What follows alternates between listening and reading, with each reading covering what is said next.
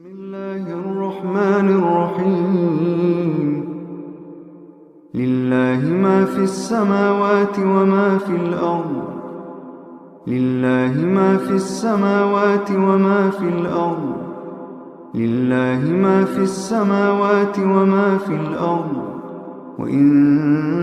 تبدوا ما في أنفسكم أو تخفوه يحاسبكم به الله فيغفر لمن يشاء ويعذب من يشاء فيغفر لمن يشاء ويعذب من يشاء والله على كل شيء قدير والله على كل شيء قدير. الحمد لله رب العالمين والصلاة والسلام على سيد الأنبياء والمرسلين سيدنا محمد وآله وأصحابه أجمعين. قال الله تعالى: أعوذ بالله من الشيطان الرجيم بسم الله الرحمن الرحيم. وواعدنا موسى 30 ليلة وأتممناها ب10 فتم ميقات ربه 40 ليلة. وقال موسى لأخيه هارون اخلفني في قومي وأصلح ولا تتبع سبيل المفسدين. ولما جاء موسى لميقاتنا وكلمه ربه قال رب أرني أنظر إليك قال لن تراني ولكن انظر إلى الجبل فإن استقر مكانه فسوف تراني. فلما تجلى ربه للجبل جعله دكا وخر موسى صعقا. فلما أفاق قال سبحانك تبت إليك وأنا أول المؤمنين. صدق اللہ العظیم. بزرگان محترم، سورہ اعراف کی 3 آیتیں اس وقت میں نے آپ کے سامنے تلاوت کرنے کی سعادت حاصل کی ہے. آیت نمبر 42، 43، 44. ان آیتوں میں اللہ تبارک و تعالی نے سیدنا موسیٰ علیہ السلام کے عظیم واقعے کو بیان فرمایا ہے. تو قرآن مجید میں تمام پیغمبروں میں حضرت موسیٰ علیہ السلام کا نام اور آپ کے واقعات کو اللہ نے کثرت سے بیان فرمایا. یہاں جس واقعے کا اللہ نے تذکرہ فرمایا ہے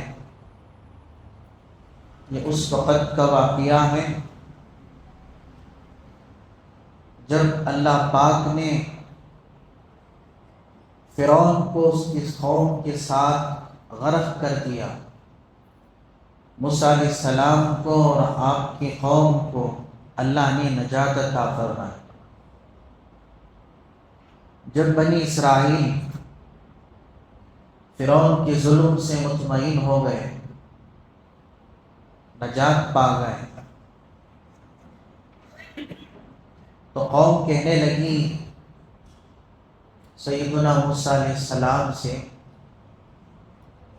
کہ اب ہمیں اطمینان نصیب ہوا ہے، آپ کوئی شریعت لے کر آئیں، کوئی آسمانی کتاب لائیں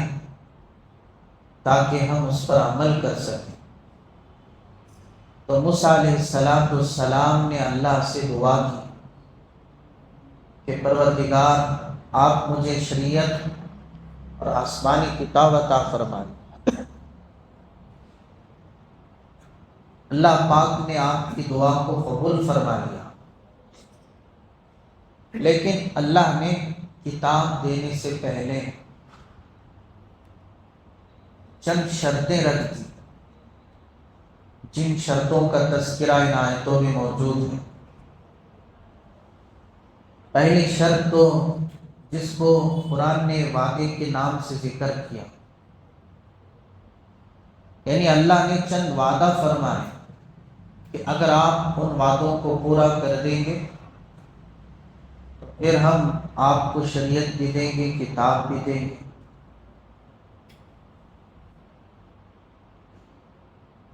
وہ وعدہ کیا تھا؟ اللہ نے فرمایا وَوَاعَدْنَا مُوسَىٰ 30 لَيْلَةً، اور ہم نے موسیٰ سے وعدہ کیا 30 راتوں کا، یعنی اللہ نے حضرت موسیٰ علیہ السلام سے فرمایا کہ کتاب لینے سے پہلے آپ 30 دن مسلسل اعتکاف فرمائیں۔ یہاں راتوں کا ذکر ہے، رات آتی ہے تو پھر دن رات کے تابع ہے، تو دن رات دونوں شامل ہیں، لہٰذا آپ 1 مہینہ حضرت عبداللہ ابن عباس رضی اللہ تعالی عنہما کے روایت کے مطابق وہ جو 30 راتیں اور 30 دن تھے وہ ذی قعدہ کا مہینہ تھا، جو ذی الحجہ سے پہلے شوال کے بعد کا مہینہ ہے۔ چنانچہ موسیٰ علیہ السلام نے 30 دن مسلسل اعتکاف فرمایا، راتوں کی شب بیداری کی، دن میں روزہ رکھا، حتیٰ کہ ایک ہی سحری سے آپ نے مسلسل 30 دن روزے رکھے، درمیان میں کوئی اختیاری نہیں، کچھ نہ کھایا نہ پیا، مسلسل 30 دن آپ نے روزے رکھا، اعتکاف فرمایا، شب بیداری کی، تو 1 مہینہ مسلسل آپ نے اس طرح رب ذوالجلال کی عبادت فرمائی۔ تو جب 30 دن پورے ہو گئے، روایتوں میں ہے کہ بھوکا رہنے کی وجہ سے روزے دار کے منہ سے جو بو آتی ہے، اس طرح موسیٰ علیہ السلام کے منہ سے بو آئی، جس کو زائل کرنے کے لیے آپ نے مسواک کا سہارا لیا، تو مسواک کر کے آپ نے اس بو کو زائل کر دیا۔ آواز آئی کہ اے موسیٰ تم نے کیا کر دیا کہ جو وہ جس کو زائل کرنے کے لیے تم نے مسواک کا سہارا لیا، جو کہ بھوکا رہنے کی وجہ سے وہ آئی تھی، جبکہ وہ ہمارے نزدیک مشک و عنبر سے زیادہ پسندیدہ تھی، مگر آپ نے اس کو زائل کر دیا، لہٰذا اور مزید 10 روزے آپ رکھیں اور مزید 10 دن آپ پورے کریں۔ فرمایا وَأَتْمَمْنَاهَا بِعَشْرٍ فَتَمَّ مِيقَاتُ رَبِّهِ 40 لَيْلَةً، اور مزید اللہ نے 30 پر 10 بڑھا دیے، جس سے اتمام جو ہے مکمل فرمایا، اتمام فرمایا۔ فَتَمَّ مِيقَاتُ رَبِّهِ 40 لَيْلَةً، چنانچہ سیدنا موسیٰ علیہ السلام نے اپنے پروردگار سے کیے ہوئے وعدے کو، جو کہ مسلسل 40 راتیں تھیں، آپ نے پوری فرما دی۔ وقال موسیٰ لأخیہ ہارون اخلفنی فی قومی وأصلح ولا تتبع سبیل المفسدین۔ موسیٰ علیہ السلام اعتکاف میں بیٹھنے سے پہلے مقررہ دنوں میں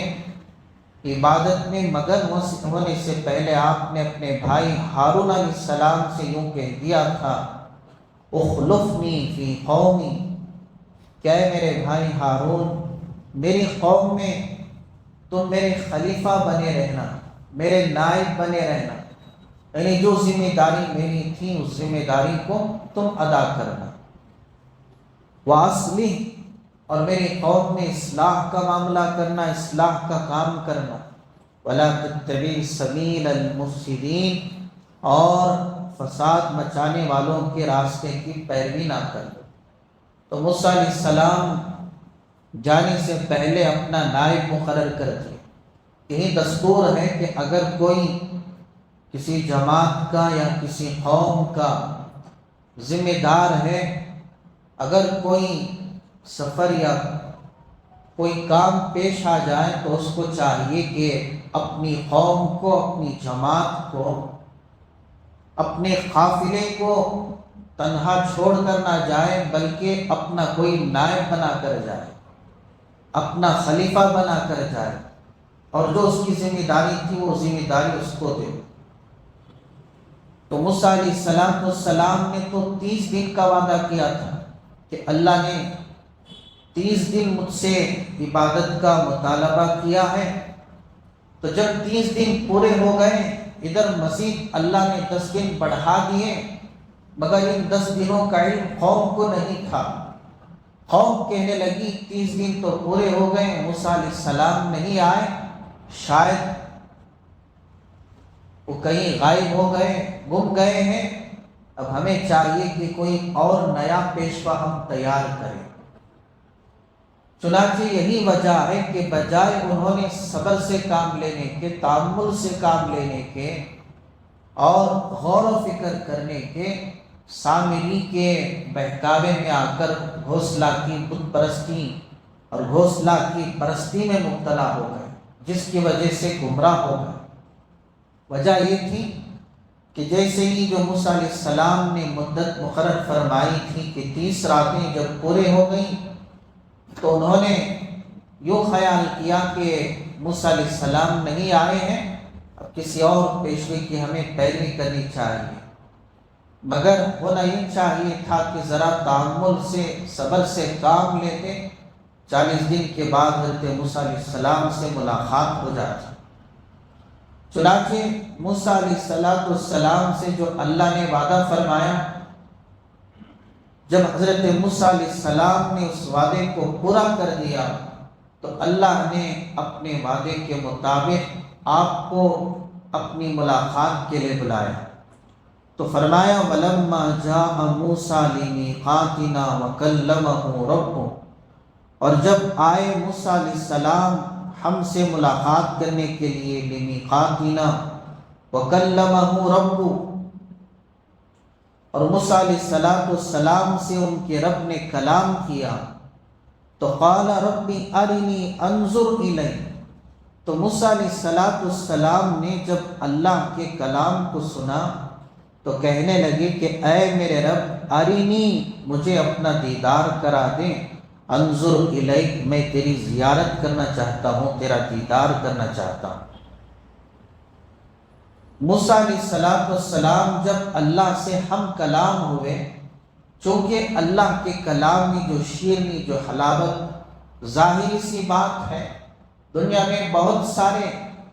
کتنے مرد کتنی عورتیں جو حسن صوت کے مالک ہیں، خوبصورت آواز کے مالک ہیں، اللہ نے ایسی آواز دی کہ سننے والے سنتے ہی رہیں، مسحور ہو جائیں۔ تو ایسی مسحور کن آواز رکھنے والوں کو جس پاک پروردگار نے خوبصورت آوازوں سے نوازا ہے، تو اس کی آواز کا عالم کیا ہوگا۔ تو جب اللہ اتنے بندے اور بندیوں کو ایسی ایسی آوازیں عطا فرمائیں کہ جب وہ کبھی قرآن پڑھتے ہیں یا نغمہ گاتے ہیں، سننے والے مدہوش ہو جاتے ہیں، تو جب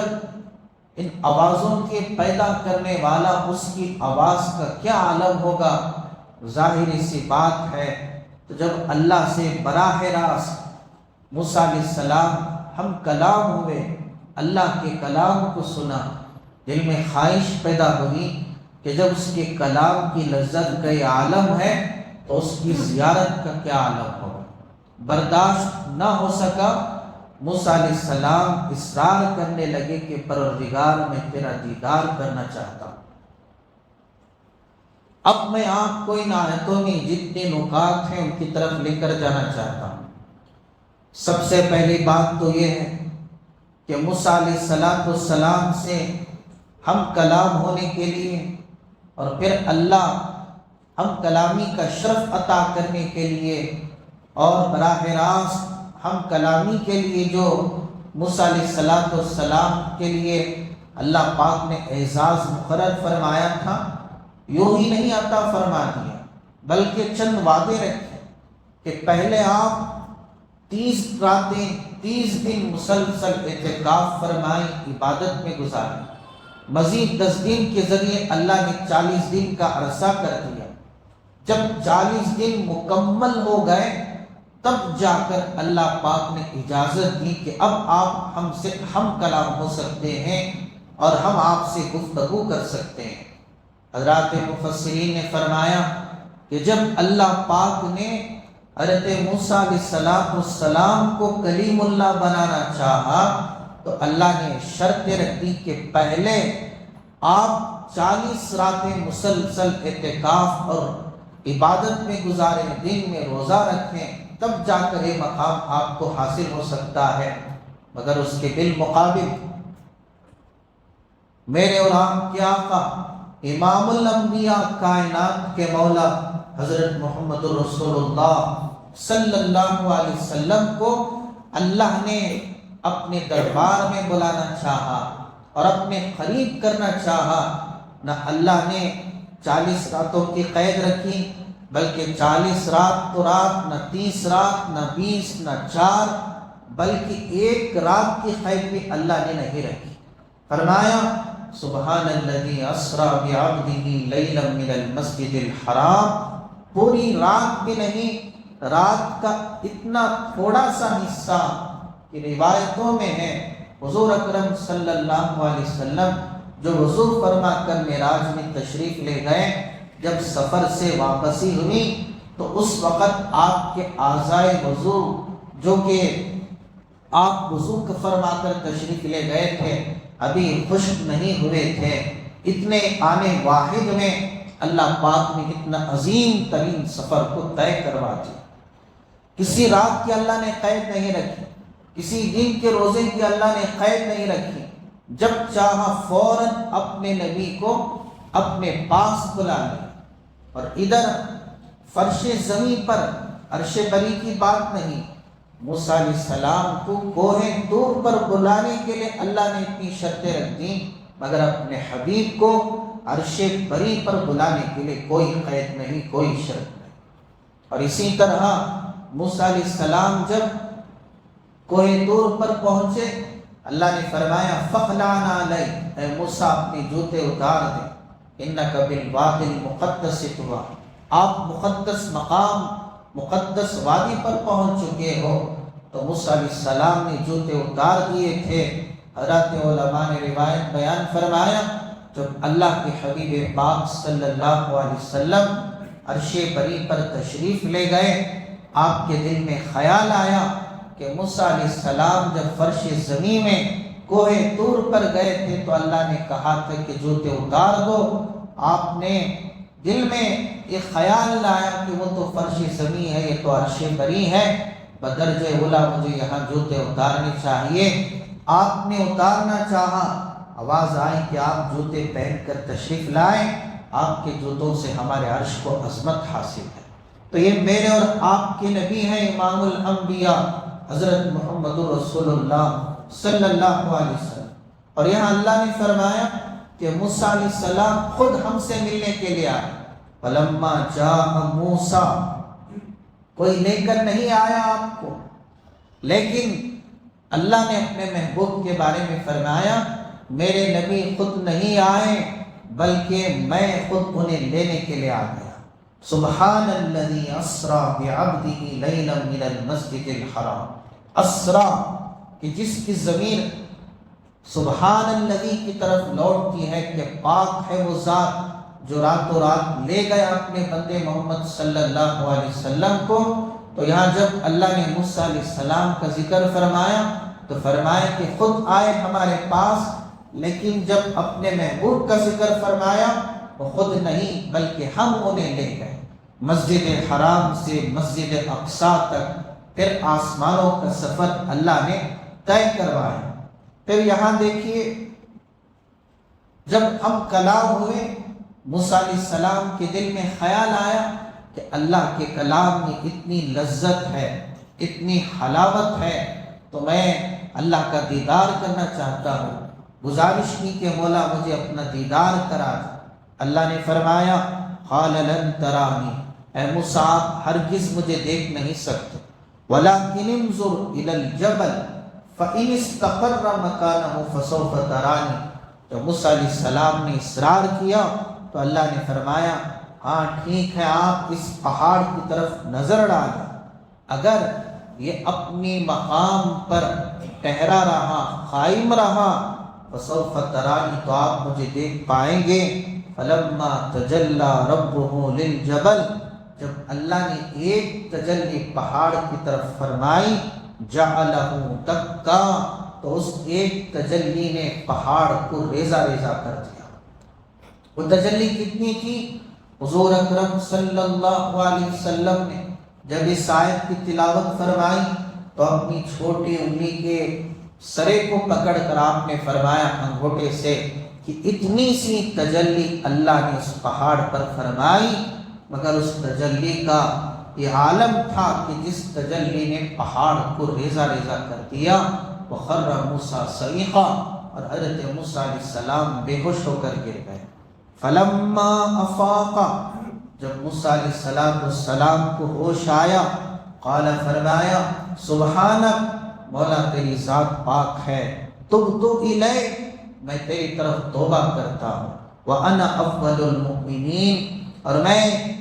ایمان لانے والوں میں سب سے پہلا ہوں، یقین رکھنے والوں میں، ماننے والوں میں سب سے پہلا۔ تو موسیٰ علیہ السلام کے اس عظیم ترین واقعے کو اللہ نے سورہ اعراف میں بیان فرمایا، وہیں اللہ پاک نے بنی اسرائیل کی ابتدائی آیت میں اپنے محبوب کا مقام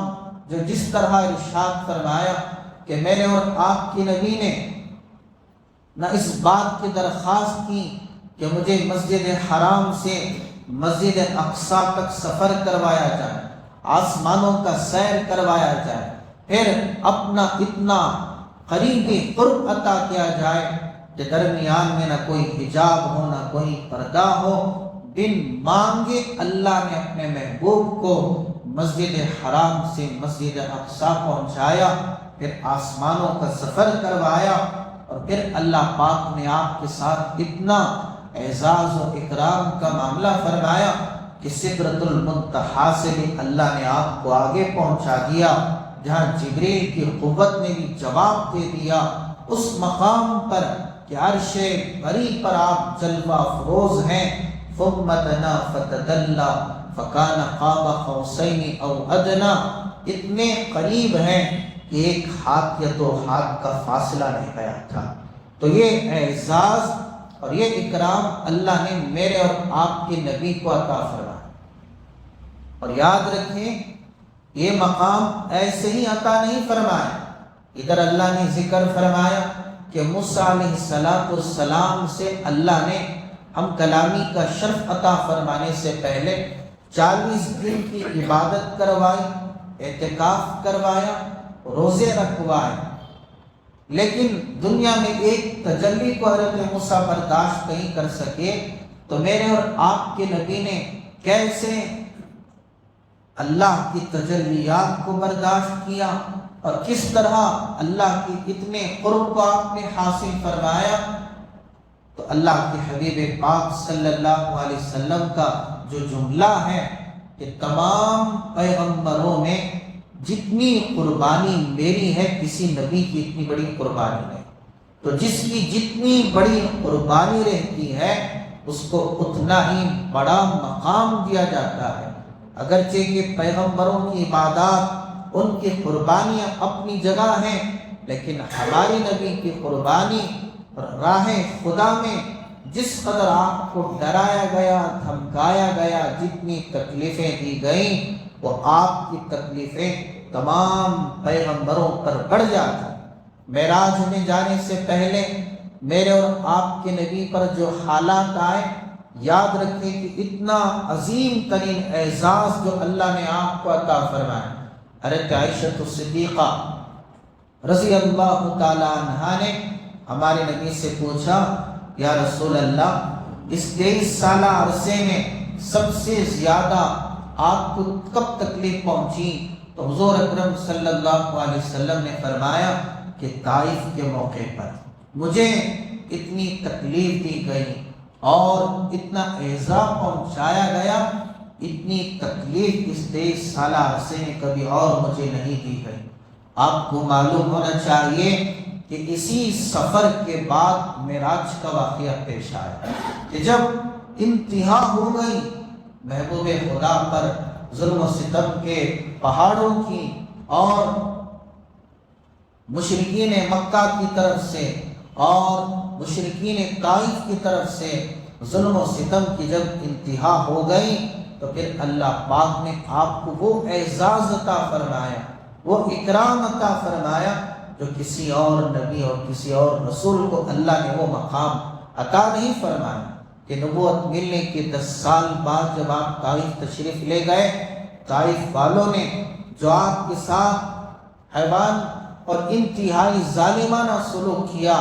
تاریخ شاہد ہے محبوب خدا صلی اللہ علیہ وسلم کا تو سینہ اس قدر وسیع ہے، اور آپ کا ظرف کہ بجائے آپ نے طائف والوں کے حق میں بد دعا کرنے کے، جو آپ نے طائف والوں کے ساتھ جو سلوک کیا، اللہ کے حبیب پاک صلی اللہ علیہ وسلم کے پتھروں کی جو ہے بارش جو آپ پر برستی رہی، پتھروں کے زخم کھا کر رحمت کی دعائیں دینے والے آپ جیسا کائنات میں کوئی رسول نہیں، کوئی نبی نہیں۔ اتنے پتھر آپ پر مارے گئے، نشانہ بنا بنا کر کہ گھٹنوں کا نشانہ بنا کر گھٹنوں پر پتھر مارے گئے، آپ کے سارے جسم اطہر کو لہو لہان کر دیا گیا۔ ایک کوئی معمولی ہستی ہے کہ جن کے صدقے میں اللہ نے کائنات کو وجود عطا فرمایا،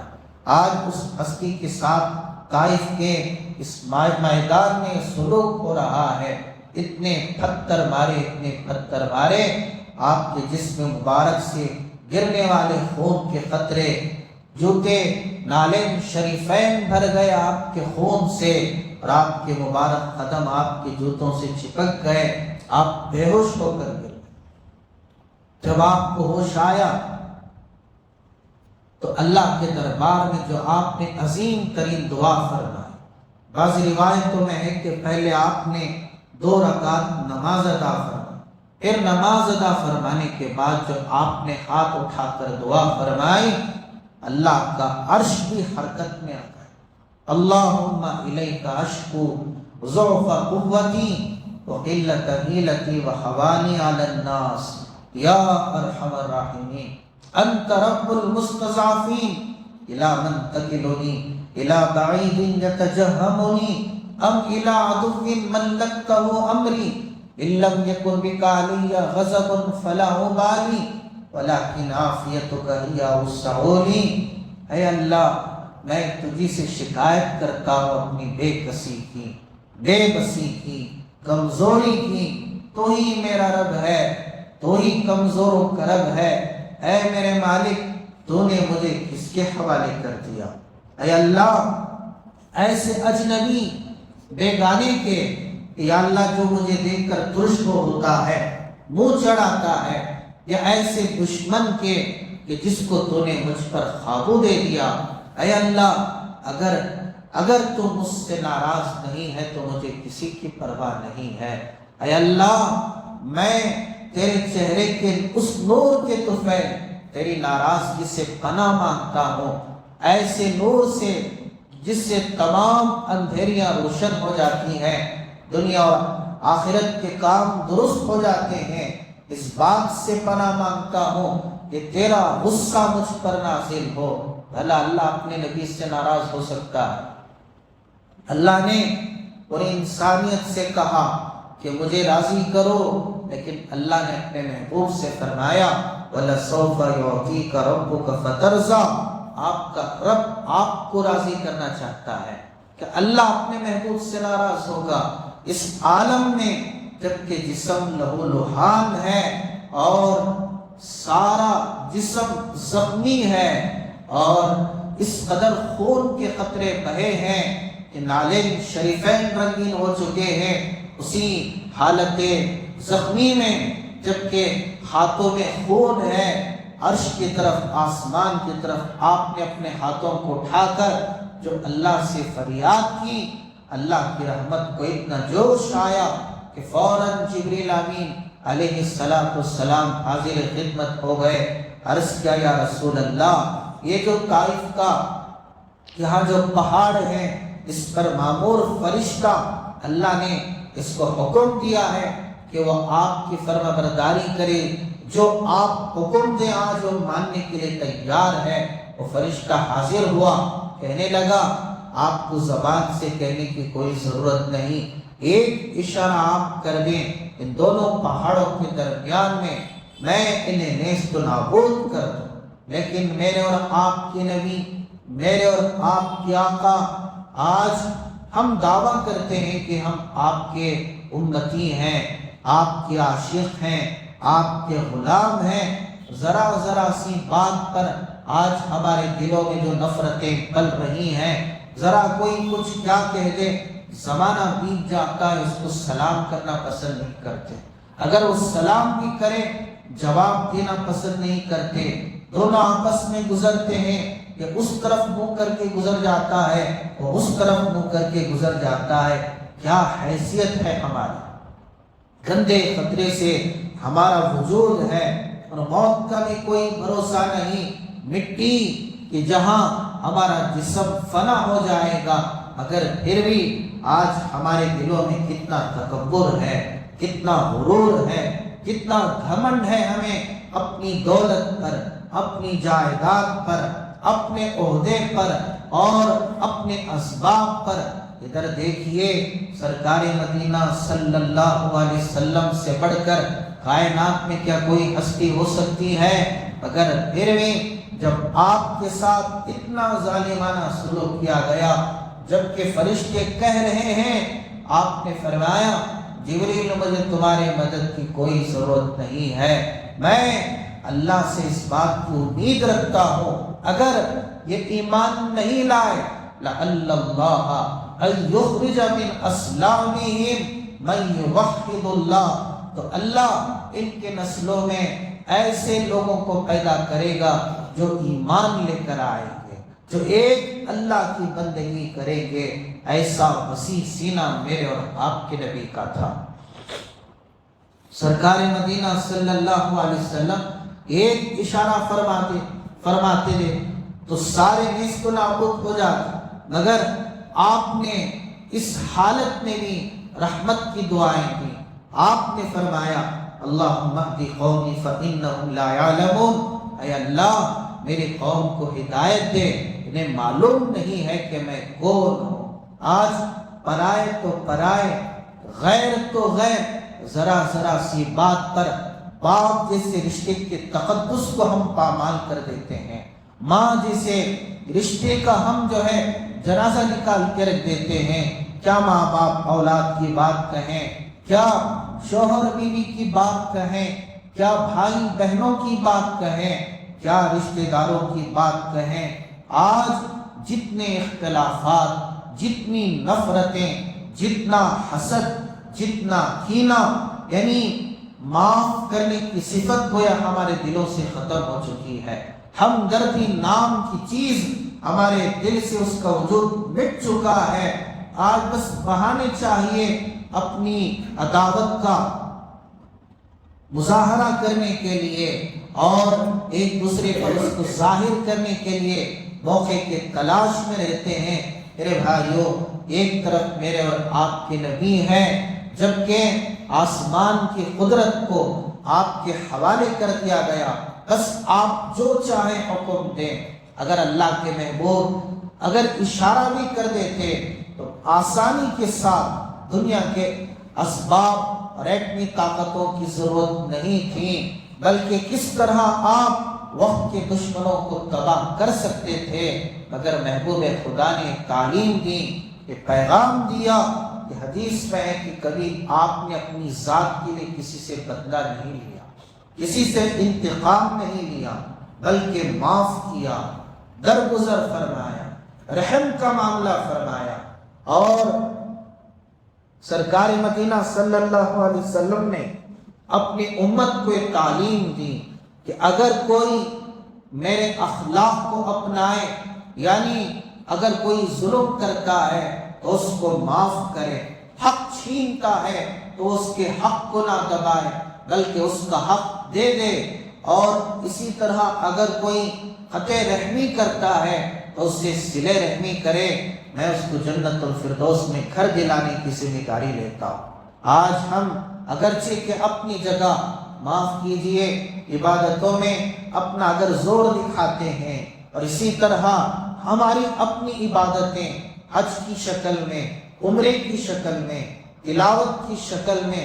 لاکھ کیوں نہ ہو، لیکن جب ہم اخلاق کے میدان میں جھانک کر دیکھتے ہیں،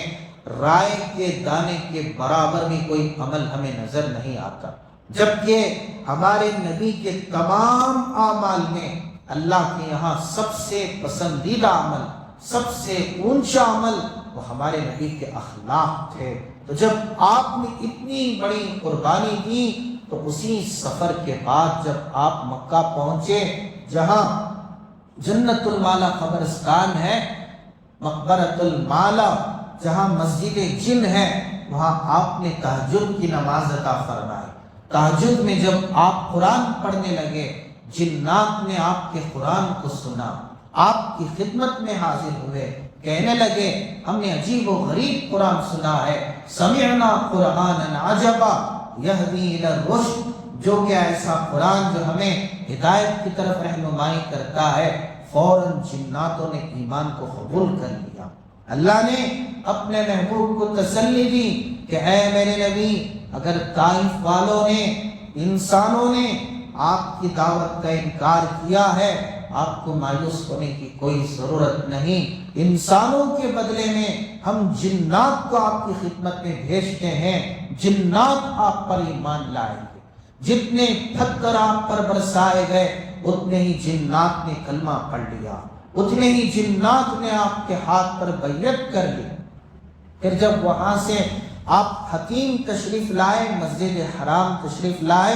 وہیں سے اللہ نے اپنے محبوب کو عرش بری پر بلا لیا، معراج پر بلا لیا۔ تو میرے اور آپ کے نبی تمام پیغمبروں میں سب سے زیادہ آپ کی قربانی ہے، تو سب سے بڑا مقام اور اعزاز بھی اللہ نے آپ کو عطا فرمایا۔ ادھر موسیٰ علیہ السلام ایک تجلی برداشت نہ کر سکے، ادھر سورہ نجم میں اللہ نے اپنے محبوب کے بارے میں فرمایا ثم دنا فتدلی، کہ میرے نبی مجھ سے اتنے قریب ہو گئے تھے، ایک ہاتھ یا دو ہاتھ کا فاصلہ تھا، پھر بھی اللہ نے کہا یا حبیبی ادنو منی، اے میرے نبی اور قریب آ جائے، اور قریب آ جائے۔ کائنات میں اللہ نے جسے چاہا کلیم اللہ بنایا، جسے چاہا خلیل اللہ بنایا، جسے چاہا نجی اللہ بنایا، جسے چاہا صفی اللہ بنایا، مگر حبیب اللہ کسی کو نہیں بنایا۔ اگر کسی کو بنایا تو حضرت محمد رسول اللہ صلی اللہ علیہ وسلم کو بنایا۔ اللہ نے اعلان کر دیا اے میرے نبی، ساری کائنات میں میرا ایک ہی ایک حبیب ہے، وہ آپ ہیں۔ جب تک یہ لوگ آپ کے در پہ نہ پہنچ جائیں، آپ کو راضی نہ کر لیں، آپ کا رب اعلان کرتا ہے کہ آپ کا خدا ان سے راضی نہیں ہوگا۔ ہماری سعادت مندی ہے کہ ایسا پیارا نبی، ایسا پیارا رسول اللہ نے ہمیں عطا فرمایا۔ تو میرے بھائیوں، نبی پاک صلی اللہ علیہ وسلم کے امتی ہونے کے ناطے ہمیں چاہیے کہ ہم آپ کے اخلاق کی پیروی کریں اور آپ کے نقش قدم پر چلیں، اور آج ہی سے یہاں سے عزائم لے کر اٹھیں، اس لیے کہ آج جس طرح آج ہر معاملے میں باہمی انتشار ہے، باہمی اختلافات ہیں، باہمی نا اتفاقی ہے، گھر کے مسائل کے اعتبار سے ہو، رشتہ داروں میں ہو، پڑوسیوں میں ہو، دوست احباب میں ہو، مسلمانوں میں ہو، بس ایک ہی ایک چیز کو سامنے رکھیے، ارے ہماری کیا حیثیت ہے۔ بایزید بسطامی رحمت اللہ علیہ، اللہ کے ولی ایک مرتبہ مریدوں کے ساتھ جا رہے تھے کسی نے آپ پر کچرا ڈال دیا، گندگی ڈال دی تو آپ رونے لگے، مرید کہنے لگے حضرت آپ کو تو انتقام لینا چاہیے تھا، برا بھلا کہنا چاہیے تھا کہ فلاں ظالم نے آپ کے ساتھ ایسا سلوک کیا، مگر آپ کچھ کہنے کے بجائے رو رہے ہیں۔ تو بایزید بستامی رحمت اللہ علیہ روتے ہوئے کہنے لگے ارے بایزید تو اس قابل تھا، کچرا تو کیا دوزخ کے انگارے ڈالے جاتے، کیا حیثیت تھی میری، پھر بھی مجھ پر کچرا ڈالا گیا، دوزخ کے انگارے نہیں ڈالے گئے۔ تو یہ اللہ والے ہیں کہ جن کے قلوب اتنے نرم تھے، اس لیے کہ ان دلوں میں اللہ کی محبت تھی، رسول اللہ کی محبت تھی۔ آج ہمارے دلوں میں ایسی دنیا کی محبت ہے جس کی وجہ سے کیا انانیت، کیا تکبر، کیا غرور۔ یاد رکھیے اللہ کے نبی نے فرمایا رائے کے دانے کے برابر بھی اگر کسی کے دل میں تکبر پیدا ہو جائے، جنت میں جانا تو دور کی بات، جنت کی خوشبو بھی سن نہیں پائے۔ ہمیں چاہیے کہ ہم سرکار مدینہ صلی اللہ علیہ وسلم کی زندگی کو اور آپ کے طور طریقے کو سامنے رکھ کر سب سے تمام اعمال میں سب سے پسندیدہ عمل ہمارے نبی کے نزدیک وہ ہے حسن اخلاق اور معاف کرنا، درگزر کرنا۔ اللہ کرے کہ ہم میں سے ہر ایک کے اندر اللہ اپنے نبی کے اخلاق کو پیدا فرمائے، اور اللہ ہم سب کے سینوں کو وسیع فرمائے، دلوں کو صاف فرمائے، نیتوں کو پاک کرے۔ موت سے پہلے اللہ ہمیں اس قابل بنا دے کہ ہمارے دلوں سے دنیا کی گندگی نکل کر اللہ رسول کی محبت پیدا ہو جائے، اور اسی حالت میں خاتمہ بالخیر نصیب فرمائے۔ درود شریف پڑھیں۔ اللہم لک الحمد کلہ ولک الشکر کلہ وصلی علی حبیبک سیدنا مولانا محمد مبارک وسلم۔ ربنا آتنا فی الدنیا حسنہ وفی الآخرۃ حسنہ وقنا عذاب النار۔ اے اللہ ہم سب کے گناہوں کو معاف فرما، ہم سب کے خطاؤں کو درگزر فرما، رحم و کرم کے فیصلے فرما۔ یا اللہ آج کہنا بھی آسان ہے، سننا بھی آسان ہے، مگر جب عمل کا وقت آتا ہے تو یا اللہ پتہ نہیں ہمارا ایمان اتنا کیوں کمزور ہو جاتا ہے۔ اے اللہ سب سے پہلے تو ہم یہ گزارش کرتے ہیں کہ یا اللہ ہمیں کسی ایسی آزمائش میں مبتلا نہ فرما جس میں ہم ناکام ہو جاتے ہیں۔ ایمان بھی کمزور ہے، یقین بھی کمزور ہے، توکل بھی کمزور ہے، اعمال صالحہ بھی کمزور ہے، گندے ہیں مولا، انتہائی گندے ہیں، گئے گزرے ہیں، مگر پھر بھی تیرے ہی بندے ہیں۔ یا اللہ، یا اللہ سب سے رشتے ختم ہو سکتے ہیں اگر کبھی بھی تجھ سے رشتہ ختم نہیں ہو سکتا۔ یا اللہ دنیا میں عظیم ترین رشتے ماں باپ کا ہو، اولاد کا ہو، بیوی کا ہو، بھائی بہنوں کا ہو، اے اللہ دوست احباب کا کیوں نہ ہو، سب عارضی رشتے ہیں۔ جب کچھ نہ تھا، جب عالم ارواح میں تھے تو تیرا ہی سہارا تھا، ماں کے پیٹ میں تھے، ماں باپ کو خود پتہ نہیں تھا کہ کون سی اولاد ہونے والی ہے، مگر تیرے ہی رحمت کے محتاج تھے۔ دنیا میں آئے اے اللہ تو نے ہمیں ہر طرح کی نعمتوں سے نوازا، قابل بنایا، قوت دی، طاقت دی، نعمتوں کی بارش برسا دی۔ یا اللہ یہ ماں باپ کے رشتے، بھائی بہنوں کے، اولاد کے رشتے، پھر بھی یا اللہ ایک وقت آتا ہے سارے رشتے ختم ہو کر قبر میں تنہا جا کر سو جاتے ہیں۔ قبر میں پھر بھی تیرا رشتہ ختم نہیں ہو سکتا، محشر میں بھی ختم نہیں ہوگا، اے اللہ پل صراط پر بھی ختم نہیں ہوگا۔ ہر جگہ، ہر پل، ہر لمحہ، ہر موقع پر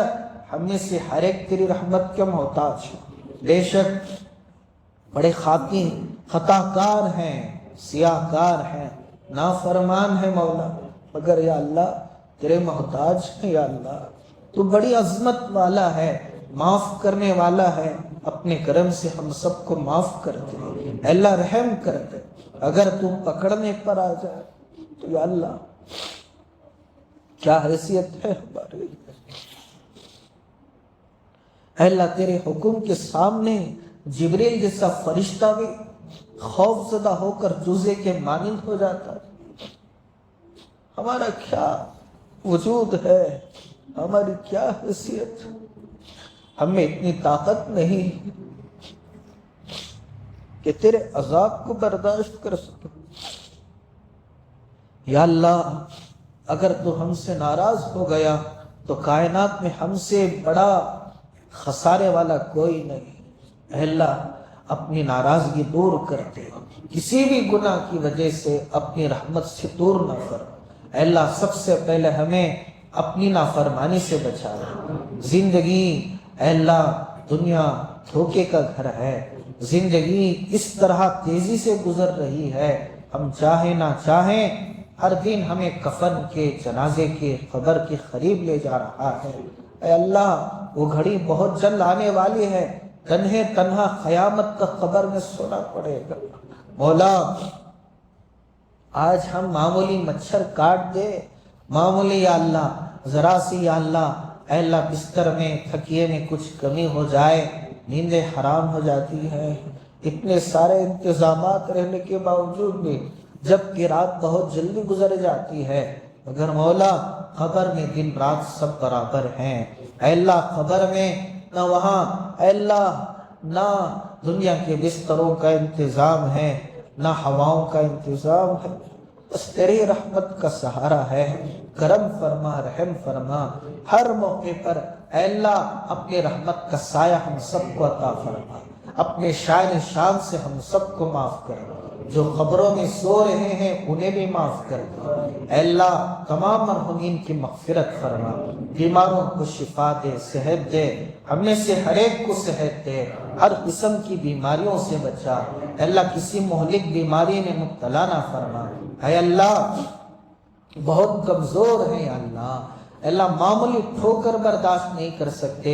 دنیا اور آخرت کے تمام عذابات سے، اپنی پکڑ سے ہم سب کی حفاظت فرما۔ جب تک زندگی باقی رہے عزت کی، عافیت کی، سلامتی کی زندگی نصیب فرما، ایمان کی زندگی نصیب فرما۔ اور اے اللہ جب موت کی گھڑی آئے تو اس حال میں موت دے کہ تو بھی ہم سے راضی ہو، تیرا نبی بھی ہم سے راضی ہو۔ کلمہ پڑھ کر اے اللہ